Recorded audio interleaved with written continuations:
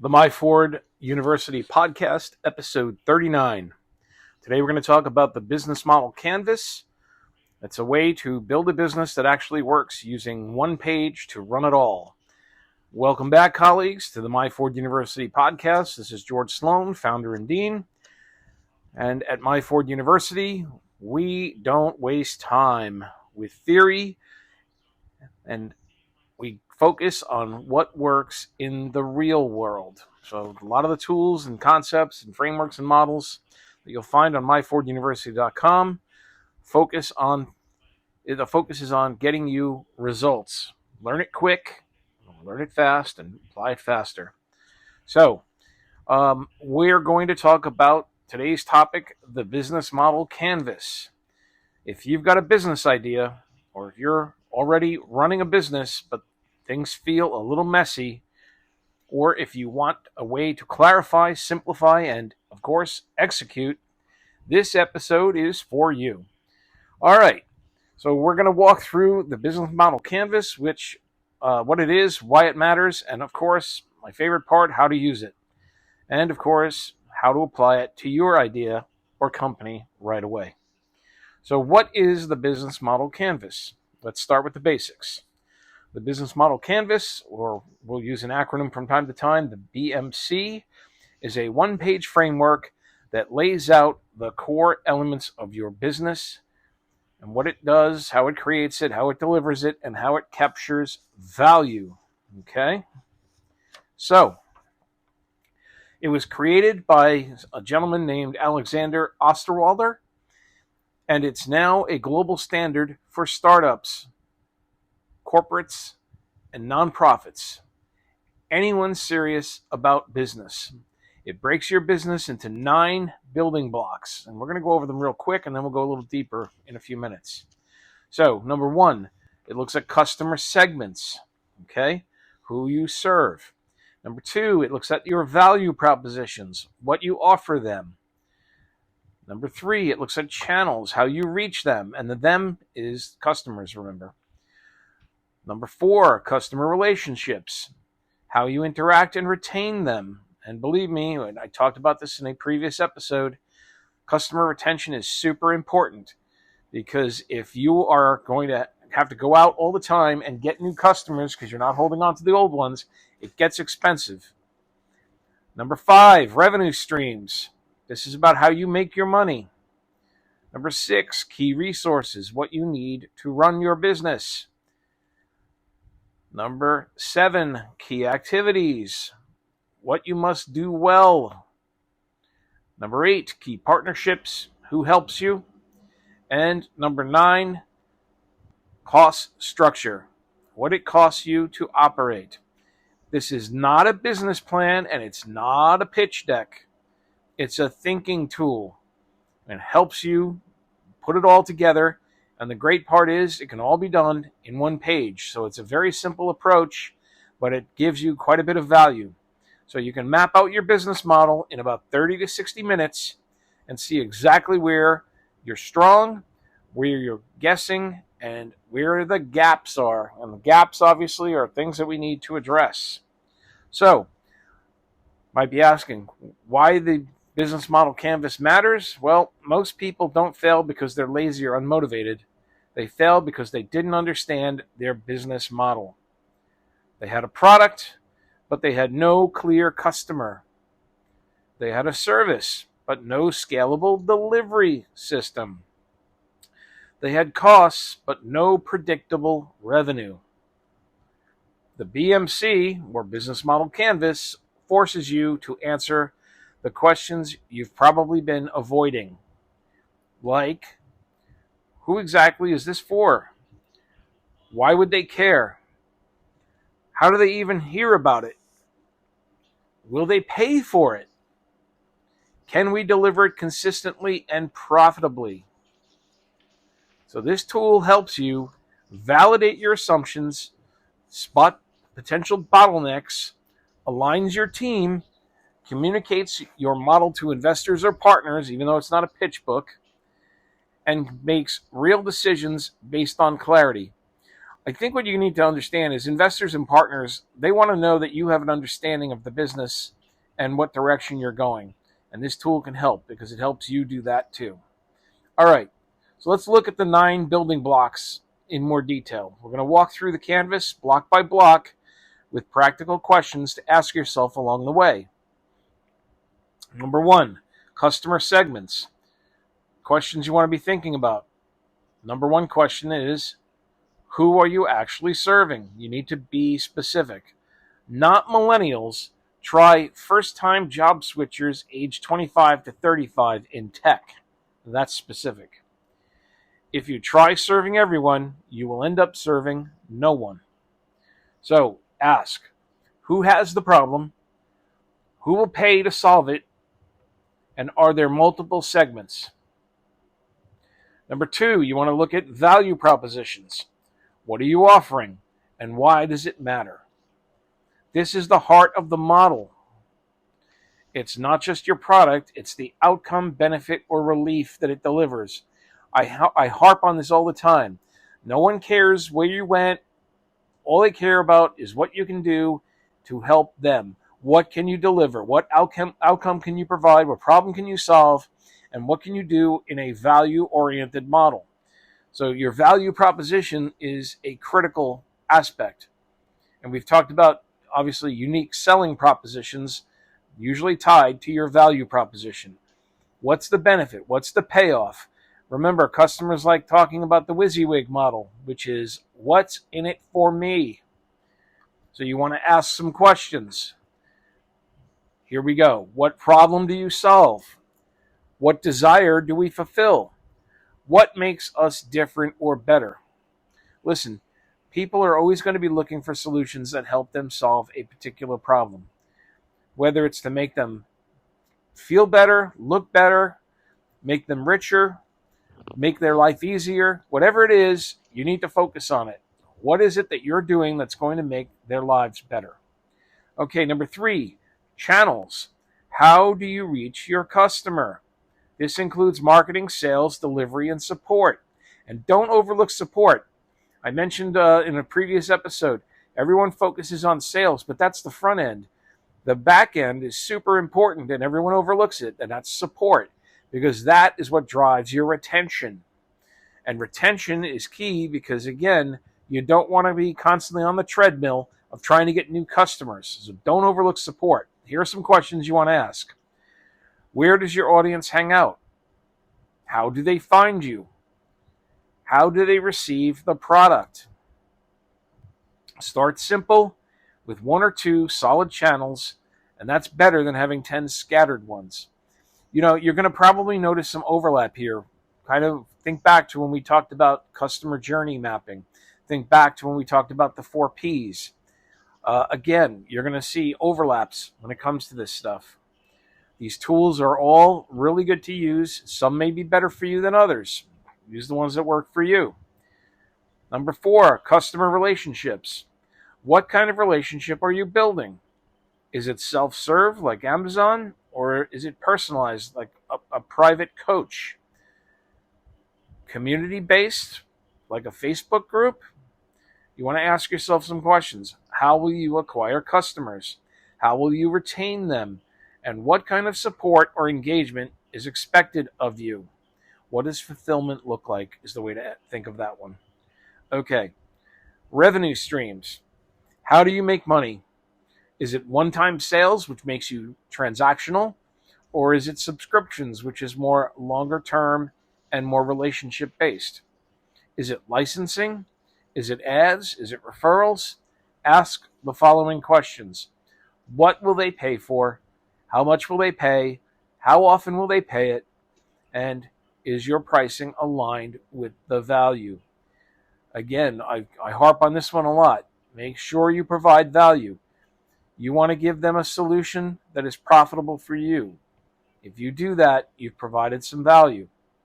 Okay, number 6, you want to look at your key resources. What assets do you need to run?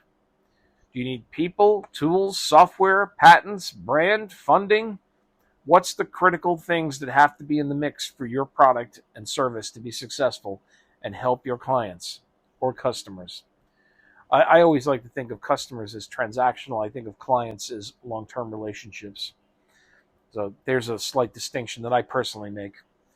All right, ask, what must we have to operate? What's expensive or rare? And do you have some special ingredients or some elements or chemicals that are expensive? These are the key resources to make your product or service what it is. You also want to ask, what can't we outsource? Some things do have to be in-house and some don't. Number 7, key activities. What do you really do well? That's about execution. Listen, you want to focus on the things you really do well that provide the most impact on your situation. If there's things that you don't do well, that's when you think about hiring contractors or jobbing it out. So ask yourself some questions. What do we do that creates the value? Where's the magic? What's the secret sauce? Another question. What is the engine of the business? What is the engine of the business? What really makes it work? What is it that makes it special? And what aspects must be world-class? Maybe they don't need to be world-class and you're a low-margin player dealing on volume. But in many cases these days, that just doesn't quite cut it, because then you become a commodity and then your margin just goes further and further down as you race to the bottom. So what aspects do you need to have that are world-class? Okay, number 8, key partnerships. Who do you rely on? Got to be careful with this one. You want to look at vendors, agencies, platforms, distributors, affiliates. These are your leverage points. You got to be careful not to get in bed with the wrong one or to put all your eggs in one basket. Sometimes it pays to have more than one, so you have contingency plans. So ask yourself some questions. Who can do what we cannot do? Or you might say, who can do it better? Who reduces our risk or our cost? Who brings reach, speed, or expertise? Again, be honest when you're answering these questions, because you don't want to deceive yourself. I think back to the SWOT analysis that we talked about. What are your strengths? What are your weaknesses? And based on the strengths and weaknesses, what opportunities do you have and what threats do you face? Again, you're going to start to see a lot of these models start to overlap. Number 9, your cost structure. What are your biggest expenses? Look at fixed versus variable, scalable versus not. This is about understanding what it costs to run your model. For those of you not familiar with fixed versus variable, every business has fixed costs. No matter what, those costs are there. Okay, that's the way to think about it. Just by being a business, you have some fixed costs. They just exist. Variable costs, on the other hand, is when you make a sale and you have to do fulfillment. There are certain costs in making the sale, in delivering the product, in delivering the service, fulfillment. So fixed are always there, and variable only happens when you make sales. I'm going to go into a whole bunch of stuff on that. Again, that starts getting into accounting. And again, we'll make accounting simple for you. Don't get scared. And in particular, we'll do a break-even analysis episode, and we'll talk about how fixed costs, variable costs, and at what point do you break even. In other words, how many units do you have to move to cover both the fixed and the variable? When the revenues pierce the variable above the fixed costs on a graph, that's when you start making profit. It'll make more sense when we cover it, but just to get started. All right, ask yourself, what drives our biggest costs? Are we spending where it matters? Can we reduce waste? I'm a big proponent of lean, and lean gets into eliminating waste. We'll do a whole thing on lean, and it gets into Six Sigma. All right. Let's do a real-life mini case study, okay?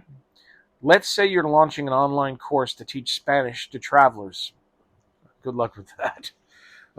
Some people are not teachable when it comes to language, but we'll play along. We'll run with it. All right, so we'll talk about one of the 9 blocks, and then I'll give you an example. So Block number 1, customer segments. The example, adults age 25 to 45 who want to travel smarter. Block number 2, the value proposition. The example is speak Spanish confidently in 30 minutes a day. Block number 3, channels. Going to reach them through Instagram, email funnels, and mobile apps. The next block, relationships. Email onboarding, private Facebook group, revenue streams, $49 a course plus $199 coaching upsell. Next block, key resources, you, your video content, and your site. Next block, key activities, content creation, marketing, and support. Next block, key partnerships, Stripe, which is a payment method, Kajabi, which is a platform for courses, it's the one I use actually, and freelance editing or an editor.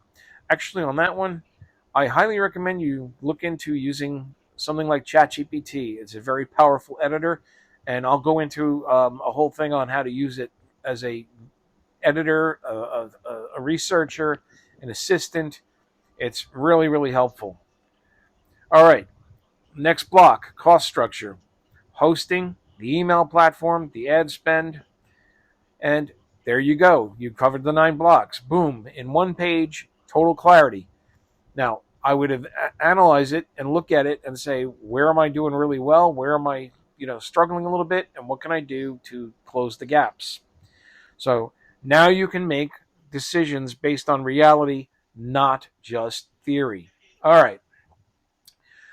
When and how often do you want to use this canvas, this business model canvas? You're going to use it before you build, after feedback or failure, when pivoting, when training your team, or during strategic planning sessions. And revisit it at least once a quarter. The market does change, and your strategy should too. Honestly, especially early on, you should be looking at this almost monthly, weekly. The more you go and reassess and make adjustments, the better. Okay? If there's anything you've learned here, we talk about applying it and trying to get results, positive results, as quickly as possible. All right, here's a few pro tips. Don't overthink it. Start messy. It's a tool, not a test. No analysis paralysis here, folks. There is no perfect. There's only better. And the first step of any journey is half the battle. So get something down. It doesn't have to be pretty. Just get started. And you can make it better as you go. Another pro tip, focus on value. Every part of the model should tie back to the value that you create. Super important. Next one, test your assumptions. I hate using the word assumptions. Think about my NASIC model, no assumptions, suspect, investigate, and conclude. So maybe there we should say, instead of testing assumptions, test your suspicions. All right, so the BMC doesn't give you answers, but it helps you get better questions. Think about that for a second. Next pro tip, keep it visible. Post it on your wall. Make it a working document, not a forgotten file. That's true of almost any of these models. You should look at it and have it there to be visible for everyone all the time. Always refer back to it. Look to it for some motivation to keep on improving and keep on moving forward and pumping out value. Okay, some final thoughts. The business model canvas is, of course, one of the simplest, most powerful tools that you can use. It fits nicely with a lot of these tools. You can use it to help you with your marketing plan, your strategic plan, your business plan. It fits just about everywhere. And it gives you clarity, structure, and focus. It makes you think like a strategist. It shows you where to dig deeper. It shows you what to fix and what to double down on. I've always say, when you find something that's working, see if you can't scale it up and do more of it. If you find something that's not quite working, see if you can fix it. Or if it is just unfixable, try a whole new approach. Okay. At MYFORD University, you know that we believe in clarity plus execution. This tool gives you both. So if you've never built a canvas, start now. And if you've built one before, revisit it this week, today. That's the best time, now, because there is sometimes no tomorrow in business. So just because real businesses aren't really built on guesses, you got to keep making sure that you're not going pure guesswork. This is not to say you don't make decisions with imperfect information. You make the best decision possible with what you've got. Businesses are built on value. They are delivered through a smart, intentional model, and this is one of those models. All right, that's it for this episode of the MYFORD University podcast. I invite you to sign up because it's free, and you want to also consider looking at the articles. There are also video versions of this that you'll find on YouTube. Please check us out. If it helps you, please share it with someone who's building something special and real. I always say, don't keep us a secret. Tell people about us. So until next time, think sharp, move fast, build a business that actually works. And MYFORD University is here to help. Again, you can learn it fast and apply it faster. Thank you.